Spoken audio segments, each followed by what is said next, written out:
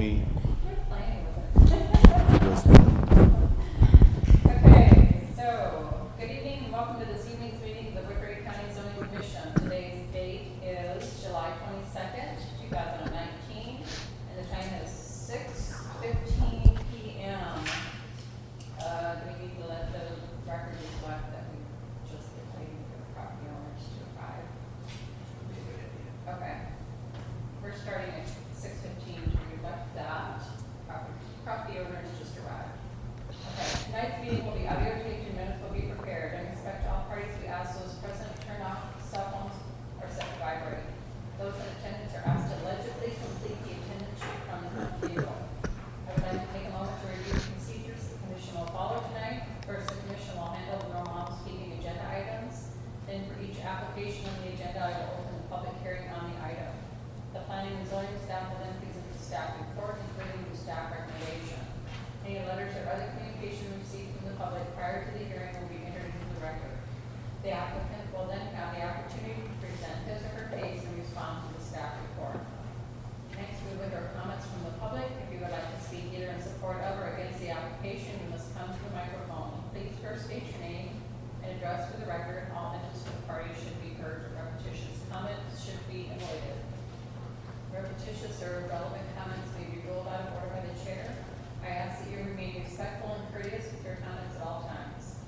After all public comments have been heard, the staff and applicant may make a closing statement. The hearing shall then be closed by motion and vote. Thereafter, no further comments from the staff, public, or applicant may be heard unless asked for by the commission. The commission shall then deliberate the case and may ask questions of the applicant, the staff, or any party offering testimony. However, such questions do not reopen the hearing for additional comments from the public unless so requested or approved by the commission. The commission will then formulate and vote on a motion. The motion will typically either grant or deny the requested application. Any commission member who has an ex parte communication to place in the record of proceedings should do so prior to the beginning of the deliberation of the respective agenda item. And having said that, first item on the agenda is any citizen wishing to be heard regarding a non-agenda item. Seeing none, we'll move on to item number 2, approval of the minutes from the Commission's April 22nd, 2019 meeting. Do you have any corrections, additions, deletions? Okay. Make a motion to approve the minutes. Hans made a motion. Do we have a second? Aye. Okay. Bruce made the second. All in favor say aye. Aye. All opposed, same sign. Okay. Minutes have been approved. The third item on the agenda is conditional use permit review solar panel ground mount. Do you want to read the rest of the information into the record, Dave? Dan, why don't you go ahead and start? Okay. Sorry. Yes, Norman Mahoney proposes to install and operate a residential solar panel on his property located at 1738 Portland Boulevard, Sioux City, Iowa. The property is located in the suburban residential zoning district and in the Morningside Heights subdivision on parcel number 884709478014 in the Woodbury Township. 88, range 47, section 9. The proposed use requires review by the zoning commission and authorization by the Board of Adjustment. In July, we had received, July 3rd, an application from Lifetime Solar and McClellan Electric out of Denison, Iowa for conditional use permit to have solar panel ground mounts located on the property of 1738 Portland Boulevard. We have brought this solar panel to the zoning commission under the zoning ordinance under 3.03.4 land of table uses. We brought this under the premise of 3.03.3 as this is not listed as an entry under the utilities section, and we interpreted it as comparative to the electric wind generator for private use and saw that it would likely be a conditional use for the solar, and seek the board's guidance on this through the conditional use process. Just some background. In July, we had discovered that this structure actually was already erected beforehand, and I visited the site and did see that it was located on the north of the property, north of the house. And you will see, as printed in your packets, that the site plan initially that you received had the solar panels listed at the south of the house, as would be on the packet. You were presented a copy of the updated site plan that would show the existing location of this respective structure. For the record, legal notification for conditional use was sent out to the area property owners, 27 of them. This includes the landowners within 500 feet. And to this point, we had only heard from the association of the Carriage Hills subdivision to the south. There were 3 properties there that were affected, and a letter went out to the secretary there that simply asked a few questions about what this would entail. And I mentioned the conditional use basic process to them. The county engineer had made a statement as well, simply stating that he did not see any serious issues with it, and he just kind of had some comments where he felt as long as everything meets the setbacks, he was okay with it. As printed in the record, you will see that several have made some comments of no issue. One in particular, Mid-American Energy, did make the statement that they should be contacted, their respective department, in terms of hooking onto the grid. And I had talked with Lifetime Solar, John Thielen, who was representing the property owner, and he said that they are working with coordinating Mid-American Energy through the process of the grid basic issues there. On your packets, we did list the criteria for approval for conditional use and offered our analysis through each of those criteria. And we have come to the conclusion that this conditional use meets the requirements for approval based on the general plan of the county, being favorable to natural renewable energies and solar, as well as being part of the purpose for the ordinance. And of course, the big concern that I would look at in terms of this reverting to the next stage of being a building permit, where we review, there's some language in there in the ordinance about accessory structures. If you have any type of structure that is in front of the house, the language is it must be 2 times the setback. And so if something's to be ahead of the front line of the house, in a AE, agriculture, or excuse me, an SR, let me grab the setbacks there. The front yard setbacks, it's page, front yard setback would be 25 feet, and so double the 25 feet, you would have 50, and so the house is further back, and so that would meet that criteria. But I feel it's very important for the record to note that, as the county engineer mentioned, that for the respective setbacks as well. And so, with that said, the staff would recommend the approval of this permit. Any questions or comments at this time? Megan? Do you want us to go through each criteria, one by one, for approval, roll call type, or do you feel like it's not necessary with this one? It probably wouldn't hurt. I mean, I suppose would probably be a good practice to get in the habit of. Right, so if that's the case, criteria 1. Dan, do you want to read that to us? Yes. The criteria 1 is conditional use requested is authorized as a conditional use in the zoning district within which the property is located, and that any specific conditions or standards described as part of that authorization have been or will be satisfied. Just to briefly indicate what I had referred to, the 3.03.3 being a likewise interpretation of the wind under private use. We feel that 3.034 would meet this criteria based on that interpretation, so staff would support the passage of that criteria. Do we have any comments or questions on that? If not, can we get a roll call? Because you probably should have a motion to.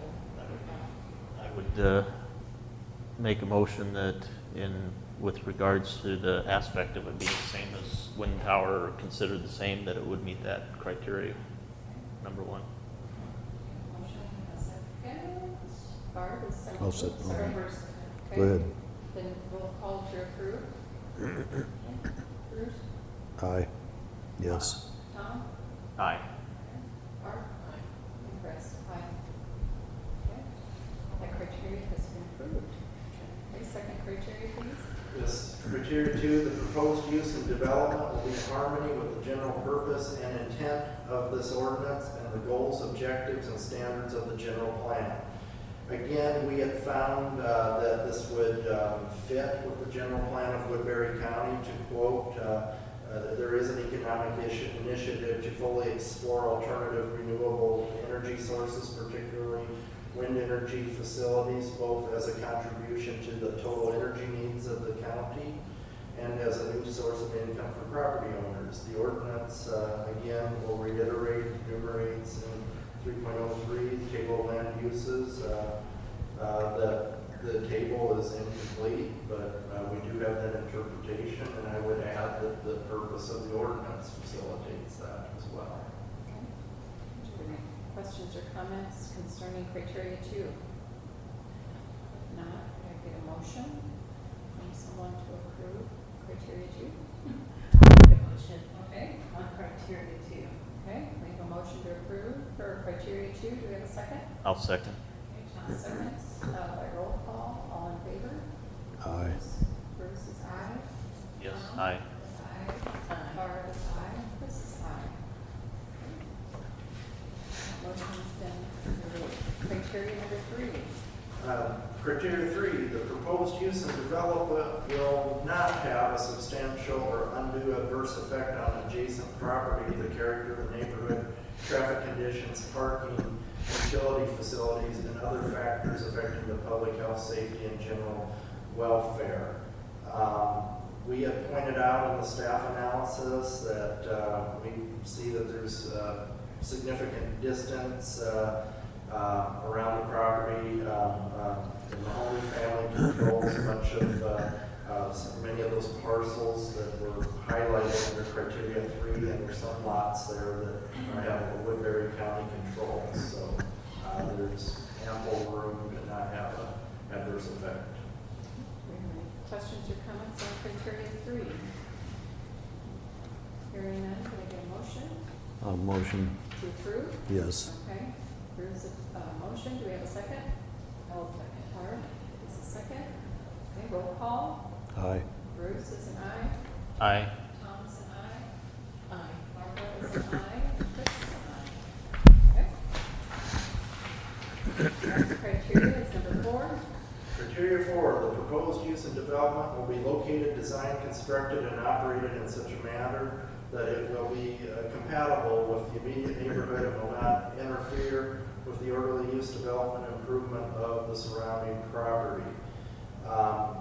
This is where the staff analysis basically looked at other areas, including the city of Sioux City, and it mentioned that they administratively approve these situations, and we feel that the structure does not adversely affect the neighborhood. Do we have any comments or questions on criteria 4? Okay, hearing none, could I get a motion to approve? Make a motion, we approve criteria 4. Makes the motion, do we have a second? I'll second Bruce seconds. Okay, roll call for approval. it. Aye.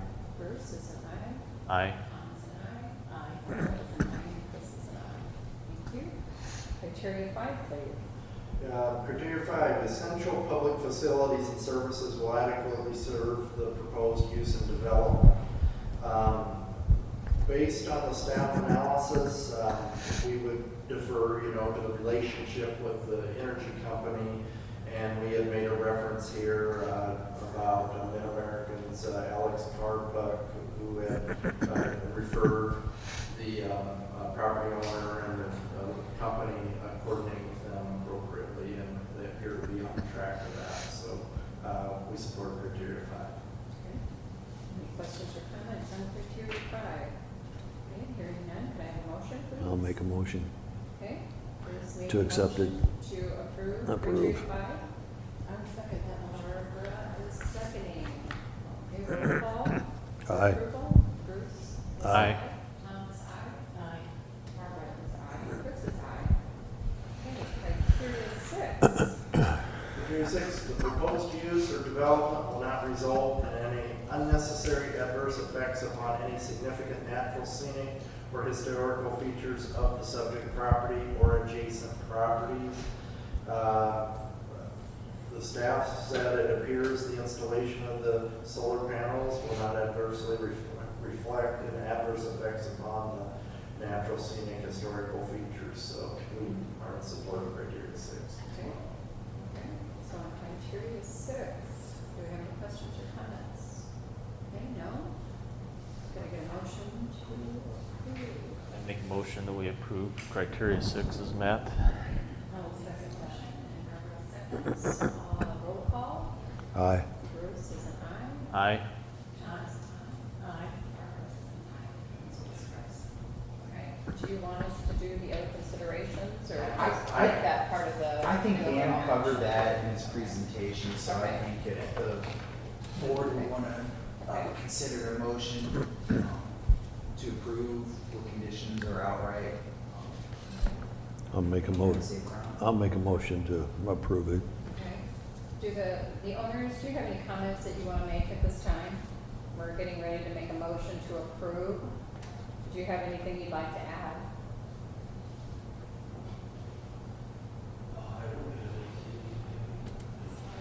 Pretty straightforward, but I just wanted to give you that opportunity. Okay, so we have a motion to approve the conditional use permit. Mhm. Okay, by Bruce, we have a second. I second. Thomas is second, so all in favor say aye. Aye. All opposed, same sign. It's unanimous.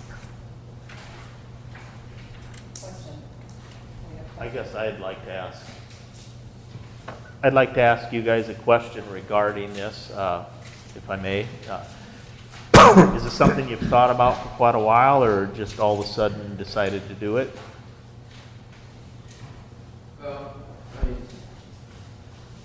Here's a picture of a house, you can see This doesn't impact on any decision, that's why I waited until afterwards. I'm just saying, you can see the passive solar house that faces to the south.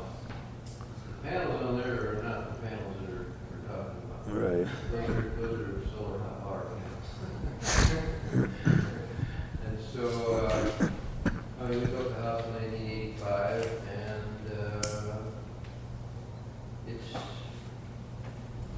facing south, and we've been passive solar house since that time, and the solar hot water panels wore out after 23 years, and they are now.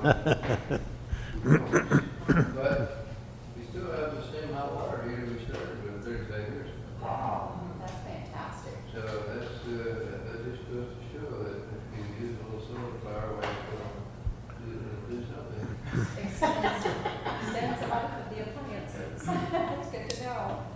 But, the tax credit is getting ready to go away. It's getting ready to start to decrease, and the federal and the state tax credits are getting ready to go down. So after the solar hot water panel sale, I've been kind of watching the technology changing a little bit. And, I was kind of waiting for the technology to be, this is supposed to last for 35, 40 years, so. We were just having a conversation that REC has changed their policy on the solar arrays, so now it's more feasible. You're on Mid-American, so they've always, Oh. well, not always, but they've net metered for a while, Quite a correct? while. So that wasn't, that's why I was kind of curious, what perpetuated you deciding to go through with this now, and I was wondering if the tax credits or, Tax credit certainly is something, I mean, I'm checking online, I'm looking at things, and over a period of time, and eventually, why?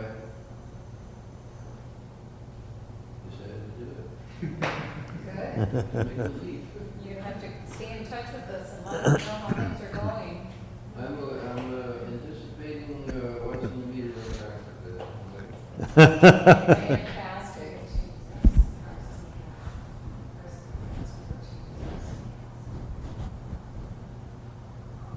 REC, no, she's one, our son is considering a solar system, and so he's on REC. So we're investigating it now. It's not, nothing's done. that's what we were discussing earlier. REC went to net metering now also, which makes it a lot more feasible to do something like this, so that was, I was kind of curious, you know, what hurdles there were, or what reasons why maybe you had waited, kind of answered a little bit of that, so. It's a process, there's a lot of questions to be answered. I mean, you know, we have done obviously the solar company has done most of this work. We haven't done much other than sign here and sign there. But they've done the request for connection with the utility. You know, they've done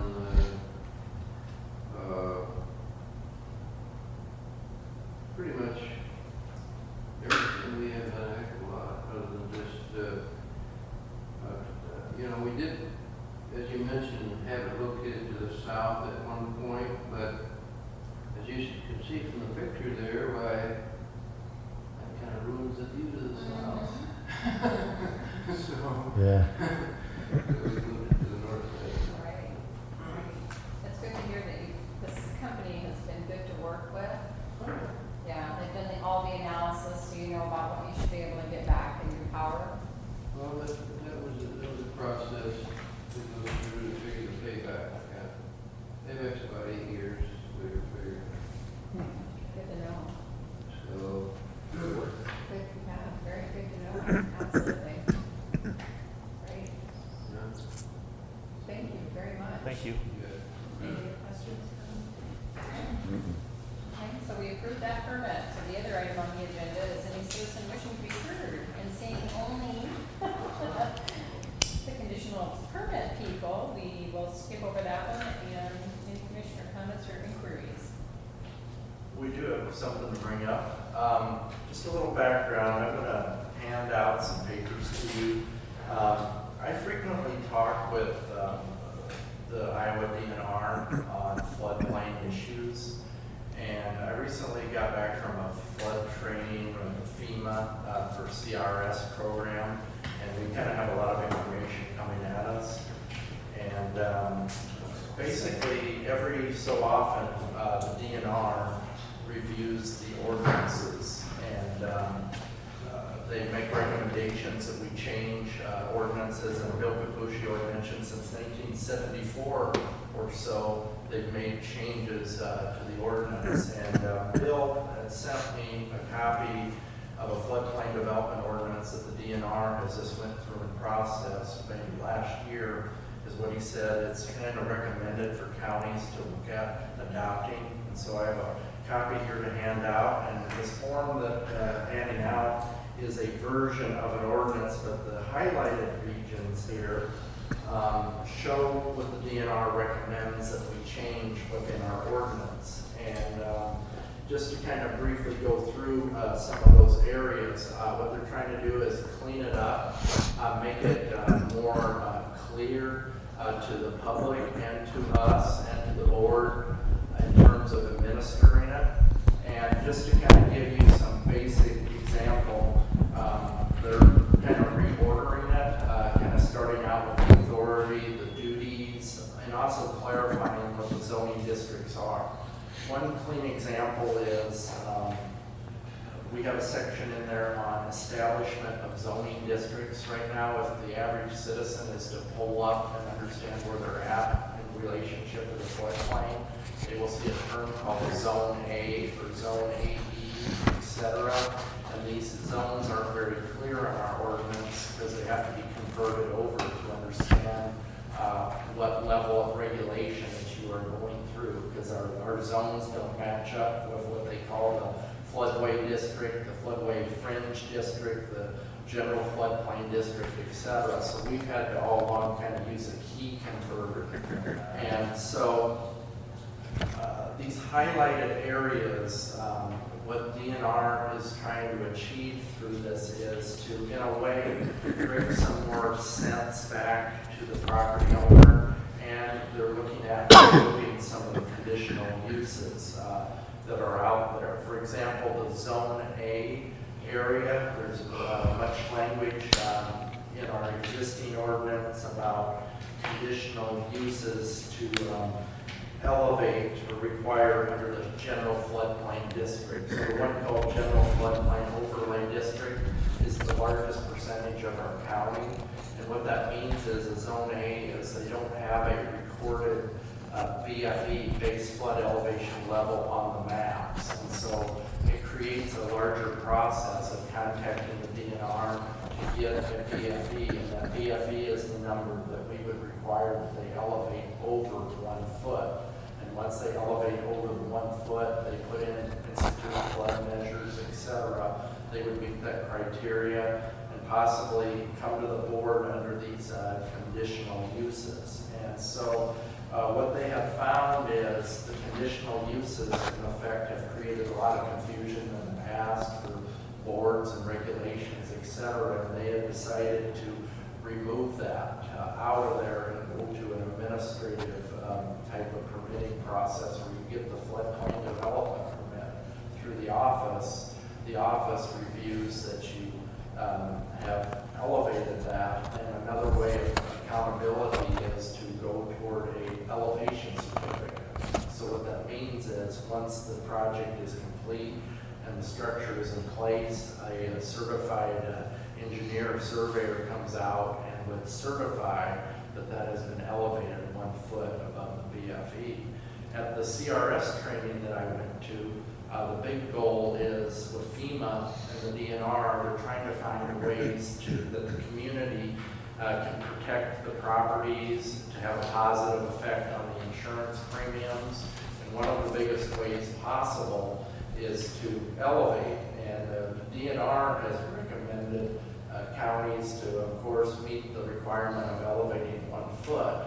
But Mr. Cappuccio had told me that if a county were to adopt a 2-foot kind of requirement, which would be quite significant in terms of cost, etc., on elevating, because even if we give that BFE number and somebody wants to build, I think the common misperception is that the BFE isn't that far much higher up than what the land really is, and you might find out that the land is, several feet lower than the BFE. Then if you have to put it a foot above that, imagine the amounts of dirt and fill that have to be brought in. So when you're kind of finessing with that number, it definitely adds to the construction costs. However, Mr. Cappuccio said that you could see insurance premiums actually go down up to 50% if you were to elevate that up to the 2-foot requirement. But that would be quite significant. It could even be controversial to an extent of saying 2 feet fill versus the 1 foot fill. But one thing that Bill mentions to me quite a bit is you have a lot of Zone A in Woodbury County, which we do. And we have people frequently, depending on different type of districts, type of project, and the key word is floodway, depending on the type of permit you get, and as well as structure and development that channels different requirements. And the key thing that the DNR and FEMA look for is the elevation of things of significant value, such as electronical type of devices, etc. So there's less of an extent if somebody were to put an accessory structure up, such as a garage or something of that nature. But what they have found is there's been a hardship and an extent of the conditional use, just to say, hey, I'm gonna elevate that up. And that's one of the things that they're trying to streamline. And I had asked Bill kind of today, what is kind of the background behind this? And the background is the DNR prepares these ordinances for us, but they're governed by the FEMA. FEMA has actually less requirements than the DNR, so the DNR meets what FEMA expects in terms of elevating the BFE. The DNR has what they would like for counties to take into account.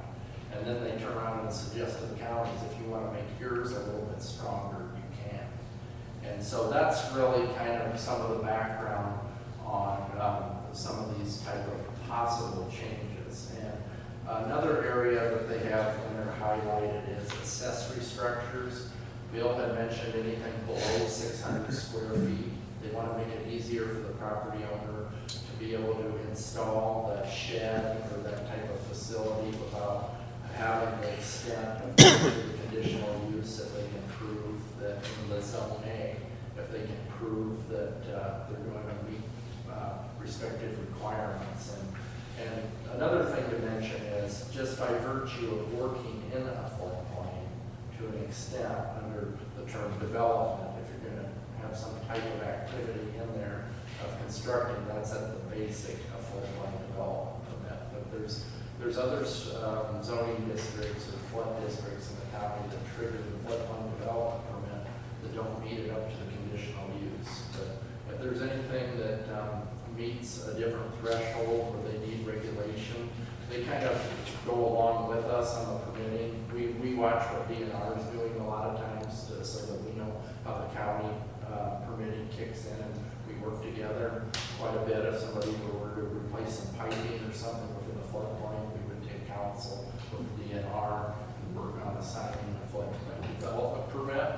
And so with that said, there's lots of nuances involved in interpreting this ordinance. And, we present this to you tonight as you consider this as homework. What Dan was trying to say 10 minutes later is y'all gotta read that. It's a nice read. Yeah, okay. But all joking aside, in reviewing this and talking with the state floodplain coordinator, it's something that we should be doing. It's some common sense changes, and I think what we need to do is hold a public hearing and present what we suggest we change in our current floodplain ordinance, and have a discussion on those recommendations. And then once you folks bless them or approve them, then it would go to the supervisors for their readings. And, you know, Dan had mentioned, I guess the biggest thing that I think the opportunity for concern in the county on this would be at what level are they recommending we build that, you know, that is that base flood elevation. And Dan mentioned, you know, some communities have it that you build at the BFE, a foot above, 2 feet above. The higher you get above it, the bigger break you get as an individual on what you pay for your flood insurance.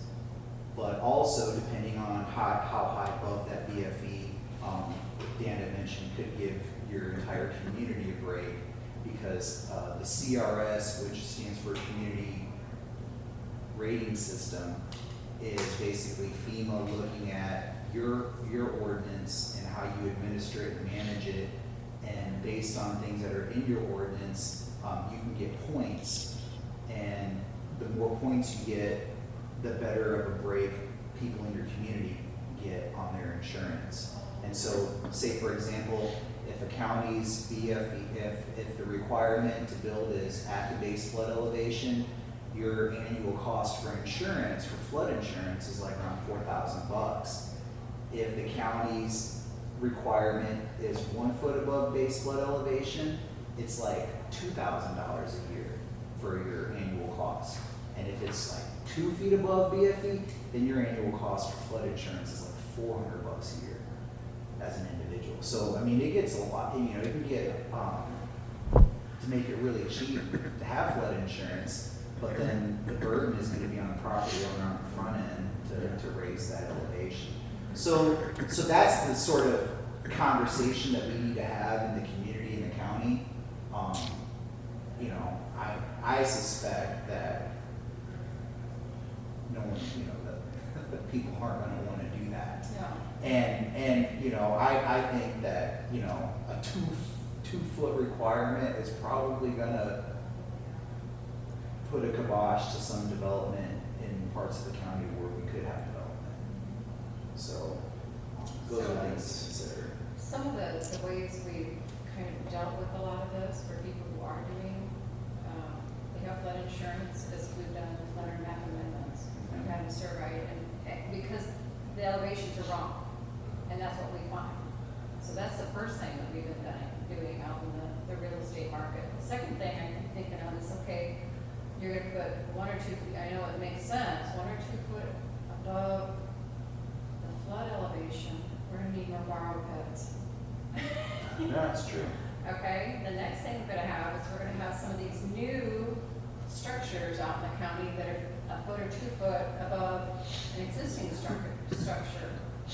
And that's gonna create a little bit more pressure and problem with the existing structures that are on that lot or that parcel, just because of the hydraulic pressure. So, to me, I'm thinking, this could be tricky. Yeah, and it's a cause and effect thing. Yeah. And I think it's really key to look at when you're going with the 1 foot, what the VFE is, it's not necessarily 1 foot, because whatever that number comes out, Right, it's more. right, In I terms get of it. that fill. Yeah, but the first thing is too, is you gotta establish the accurate, correct elevation that FEMA recognizes. And that's a process in itself. And we utilize, the DNR's, data in our local decision, you know, in our local approval process. So, like, say for example, if someone does,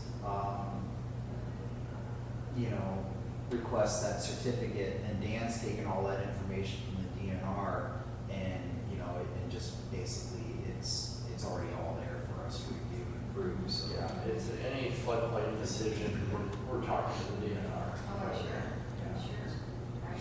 So, and also on the existing structures, if this is implemented and it's 1 foot above base flood elevation, and there's a lot of structures that aren't that, it's also going to impact if there's more than 50% damage, or if there's, so you're gonna have a big window of people that are involved in this that may. Yeah, it's a good point you're making. The legal non-conforming applies to the flood as well. And this proposal that you have in front leaves that intact with our existing ordinance. So it would go back down to if something were damaged and needs that over that 50%, actually substantial Damage, but that's what I was gonna say, you could be talking a lot of individuals that aren't gonna know they're impacted till they have a fire, or till they have something happen, or Yeah. wanna expand.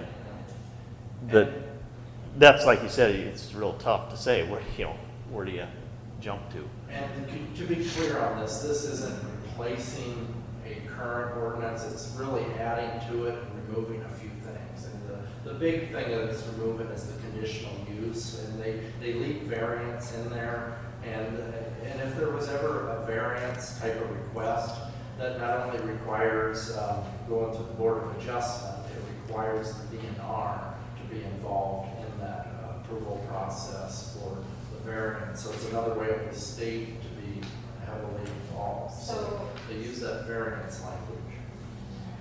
The variance then triggers the DNR, whereas now it doesn't. Well, the DNR would always be involved in a kind of a board type of decision as being a stakeholder, providing the criteria and recommendation. They're required under our procedures now. It's just that the variance, they would definitely continue to play that big level in terms of approval, not approval, and we would follow their guidance on that. So how would this affect like the Trump? Well, They have their own floodplain ordinance. So, They do? yeah, Okay. so the state, accepts FEMA's responsibility for participating and so so the DNR serves as, sort of as FEMA. And then when local jurisdictions adopt their ordinance, then we take that responsibility from them to administer it. But because the DNR is the state agency, that's kind of how that flow works, so. How many other counties have done this? As of today, Talking with Bill, he didn't give me a major number, but he said many counties have adopted this. And he also kind of indicated to me since 1974 on forward, they have systematically changed things such as definitions and kind of made adjustments. So a lot of times what happens with me is I'm looking at the lens through Woodbury County when I call him. I'm saying, I'm looking at the Woodbury County ordinance, and a lot of times he's thinking in the new ordinance, and I tell him, well, this says conditional use here. He's like, oh, we don't do that anymore. And so we go to a level of confusion back and forth till we kind of, I get him back to looking at ours a bit to kind of help me sort it out. But to make a long story short, they've done little edits all along since 2008 when this was adopted. They have made amendments and changes that we haven't really adopted, but they're out there. There's many ordinances that we haven't. The nice thing about this type of ordinance is it's sponsored by them, it's guided by them, and if the zoning commission and board of supervisors are the boards that focus in on this and go through the public process, public hearing process, but if we as a county decide to make adjustments, change this language, add to the BFE, the actions of this commission go back to the DNR. And the DNR would have to approve it and sign off on our findings before the board of supervisors could even consider it. So they're guiding us along the whole way. yeah, so if we want to adopt or revise, we can't just do that, in isolation. It's got to be with their approval. So, and I guess what I would like for us to do is, take some time to review the current one compared to what we have in front of you, and then jot down any questions that you might have. And what we can probably do is just maybe do like a work session, and maybe even I think it'd be a good idea to try to get our state coordinator here, Bill Capuccio, the guy Dan's been talking about, and get him here in the room, give us an overview, ask any questions straight to him, and then we can develop a strategy on, holding the public hearing, and getting public input, and moving forward. So, So are the supervisors, do they know this is? our department liaison knows what's going on. It's not like the fireworks thing where we went there and kind of, had them tell us to come and do it. So no, they're aware of it, and, they said, yeah, go through the process, and, I'd like to know what counties have adopted it. okay, we'll find I out. just want to know how many are on board and which ones, and kind of get a feel for the rest of the state. And we will be emailing out to the board members a color-coded, we've been working on kind of it's not perfect yet, but a color-coded of the existing ordinance to show you kind of in green and red where something stays or is revised or something is removed. And so we'll get this digital copy to you.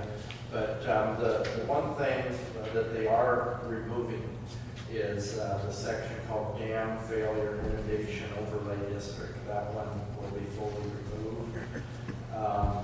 And otherwise, I think other than removing the conditional use and clarifying the 600 square foot accessory structure, there's not a lot of huge changes to the whole, I would have to say, ecosystem of this ordinance. It's pretty much intact. They're just trying to find a better balance for the permitting process for the property owner targeted in that general floodplain district. That's really the major change, but otherwise the normal floodplain development permit protocol is a continuation. And again, this isn't a throwaway ordinance, get a new ordinance. It's very targeted, specific to language. Yeah. So do you have an idea of the amount of area that we're talking about that's affected by the floodplain in Woodbury County? I kind of guess the best way it would be if we kind of pull the beacon up to the whole county and turn the flood layer on, really. We do have quite a bit of floodplain, definitely kind of south of Sergeant Bluff, that area. We're- Salem, Sloan, Yeah. Horny, yeah. But yeah, the major comment All these that branches. state floodplain coordinator makes to us is they start out the state well, the county as well, and right away said, you have a lot of zone A. And zone A is basically gives them a workload on calling and getting those BME numbers. Well, why don't we plan on our next meeting, or if it's not enough time, if you like, 2 months, but whenever the commission reconvenes, we can give, you know, a full-on presentation on floodplain, you know, all that sort of detail, and then we'll have a list of the proposed recommendations, and then we can just have a conversation on why we want to or why we don't want to make that change. Because we don't have to adopt these changes, they're just recommendations ultimately, so. Yeah, I just want to be able to try to figure out the long-term effects of the impact it might have that aren't as visible and easily. Yeah, and then we could talk about, you know, stakeholder engagement and how we plan to, you know, communicate this to the county at large. How's it affect? I'm kind of interested in how's it affect. That's a really good point. How it impacts the rest of the citizens, I mean, in general. Yeah, If this happens, this happens. If this happens, this happens. Like, you Because know. folks can still, you know, you can still get those sweet discounts if you buy a building up above the VFE. The county doesn't have to have, it's not a requirement of the county in order to get those sort of discounts. So if someone wanted to do that, to get that kind of break, they could. But it's just that whole community rating system is another thing. And so it's something that we've been looking at because we've got enough low-hanging fruit where we should be able to go snag a few points and give people a bit of a break. It's only like a 5% break. But, I mean, 5% off your bill is better than nothing. So that's kind of where we're at. We just wanted to, Maybe. kind of the points that were made, you'll see kind of in the reading too, the DNR does offer an alternative. So they kind of go, you can go this way or this way on a few options. And I think that's what you mentioned about balancing cause and effect. More complicated than our roadmaps. This is actually what's in place now, it's just that you're making these yellow changes. Yeah, the yellow, Removing them or. to me, the big stark difference that I saw, first of all, I kind of do a zoning, then I go in further, then further. They basically changed the order. They changed the order to make it more clear on defining. Right now, they put the definitions in the back, and now they're just trying to really mimic Iowa code, put the definitions first. And I mean Iowa code by layout. That's what I mean there. But, Okay.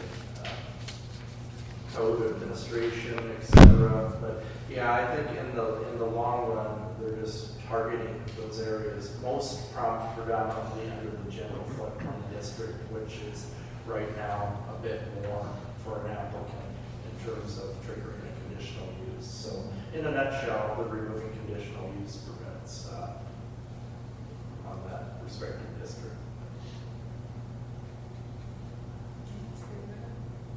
you guys want to have like pizza and work session next meeting?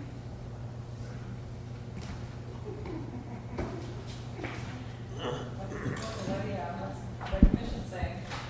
Yay, nay, thoughts? You probably don't, do you have anything in the works for August or when? At this point, we don't. We have some potential, but nothing in writing yet. Or if you guys want to wait and, you know, it's whatever you folks would like. If, you know, if you wanted to wait and work on this like in the winter months, When things are slower, you know, typically. that's an option too, so. I know you better. What do you guys think? I mean, because we're still able to administer, you know, just fine, so it's not like. Right. It's not a It's not contingent on us doing any action on this Yeah, at the moment. yeah, It's no. just continues to flow as it has. Okay. Yeah, and again, Bill Capuccio, the state coordinator, sent that to us and just offered it as a recommendation and just, again, gave me that background that they do make changes, but these are, you know, significant changes that places are adopting and, you know, it might be a good time. I mean, it'd be nice if all the counties were on the same page, instead of one doing it one way and somebody else doing it another way. But I'm kind of cautious about that too, because it's relatively new, and you don't know the repercussions of it until somebody's gone through it. Well, yeah.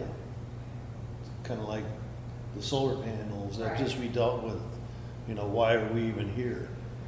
You know, we don't need to be here, it's a structure, you know, and if the engineer that designed it and it blows over, they're gonna go back on that engineer, and that's the way it should be anyway, that, you know, or the person that put it up. So, it's another structure, as far as I'm concerned. The panel that this guy. Right. I mean, Well, Mid-America's gonna tell him how he's gonna run it into, and he's gonna have to have an electrician that knows what he's doing. Mid-America's gonna okay it before they let it go, you know, so.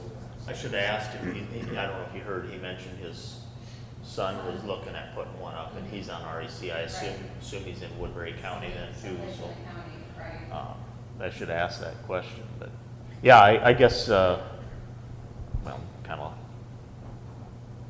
kind of the same thought on the earlier one tonight is that, you know, once, it's not a big deal, but is that something every time, if there's 10 that come before us, do we need to do that process for 10? Or you guys feel with just a building permit, there's enough oversight on that? Is that, My thoughts on it, and I'm glad to see it, is that because it is one of possibly many, is that sometimes it's an opportunity for the public to come and participate on something that's new too. That's kind of what I'm thinking. you mean the meeting or the? Yeah, we had no responses whatsoever, it sounds like, on something like this, which is great. That makes it easier for us because it's like, okay, everybody must agree to it, but it might not be the case. So that's kind of a fail-safe to us that we've given the public the opportunity to participate and voice their opinions and kind of determine whether it's a good thing or a bad thing. Yeah, and, you know, honestly, like I said, Dan mentioned it, you know, there's language in there that would have given him that authority and that discretion to make that sort of decision, but we just sort of wanted to share that responsibility. And now that we know, I think we've got a good idea of your guys' temperature on that issue, that gives us a good, Because what Place is to go this, forward. 500 or 600 square feet? Is that what that encompasses, basically? I think- 600, 55 by, what was it, 14? 11, 12. Okay. Yeah, like Bruce said, it's smaller than a lot of buildings that would she's go up. seen the calculator. Plus the elevator, or the height isn't, how high is it, I guess?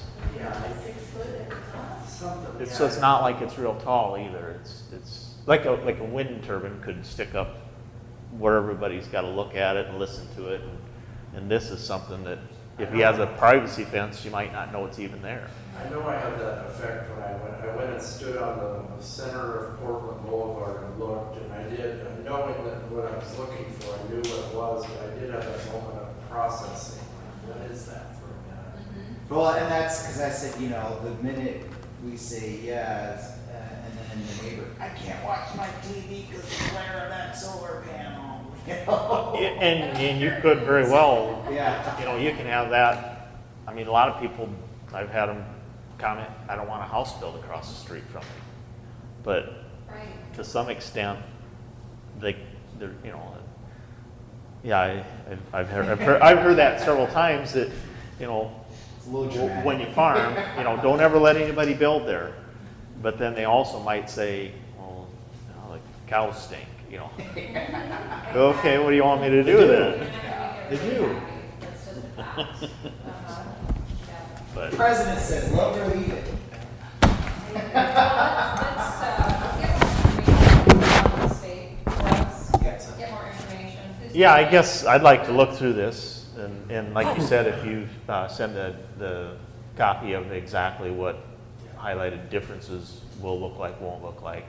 And we can look through that and then, They will Yeah, talk about it next time. The document I'll send you basically takes the categories for the current and the proposed, and you'll show where they just move some stuff around.